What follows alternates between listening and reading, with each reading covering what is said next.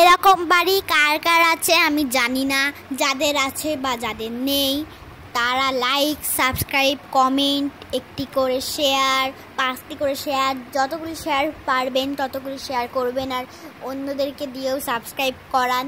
তাহলে আমি আপনাদেরকে এর থেকে অনেক রঙিন রঙিন ভিডিও দেখাতে পারবো আর আরও মজাদার ভিডিও দেখাতে পারবো। তাই এই সুনাই নদী চ্যানেলটি সাবস্ক্রাইব করুন।